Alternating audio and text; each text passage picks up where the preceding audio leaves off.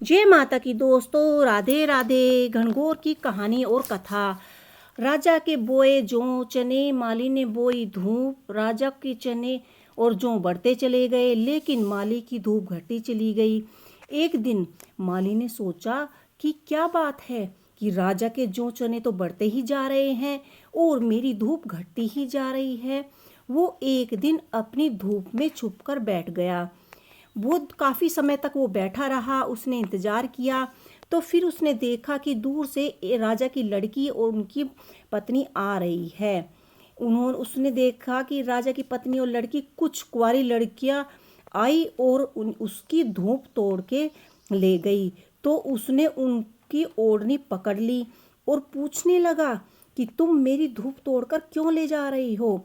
राजा की पत्नी और बेटी और लड़कियां कहती हैं कि हम इस 16 दिन तक घनघोर पूजा करते हैं और 16वें दिन के बाद जब हमारी घनघोर विदा होती है तब हम तुम्हें अपनी पूजा का सारा सामान तुम्हारे हवाले जैसे लपसी, घेवर, मिठाई आदि दे जाएंगे।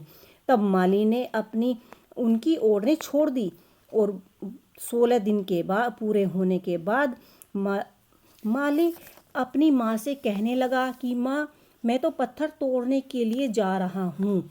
अगर राजा की बहू बेटियाँ आए तो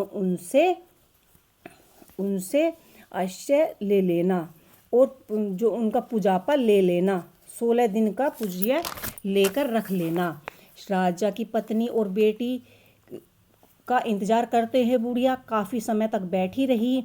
उसने देखा कि दोपहर के वक्त राजा की बेटी और उसकी सहेलियां और उनकी बहुएं आ रही हैं और 16वें दिन का पूज्य देकर चली गई।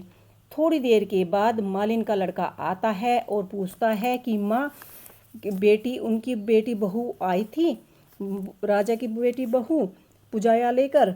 तब माँ बोलती है कि बेटा, हाँ वो आई थी पुजाया लेकर और मालिन का बेटा वो बहुत सारा खाना लेकर आई थी, सब कुछ रसोई में रखा है। बेटे ने जब जाकर रसोई खोली तो रसोई नहीं खुली। तब माँ बोली, बेटा रसोई नहीं खोल पा रहे हो तो बहू को कैसे संभालोगे। बेटा हंसते हुए बोला कि माँ, बहू को तो मैं संभाल लूँगा, लेकिन रसोई नहीं खुल रही है। तब माँ आई और माँ ने हाथ लगाया तो रसोई खुल गई। तो देखा कि ईसर जी पग बांध रहे हैं, गोरा जी चरखा कात रही हैं, रसोई में अन्न धन धान के भंडार भरे हुए हैं।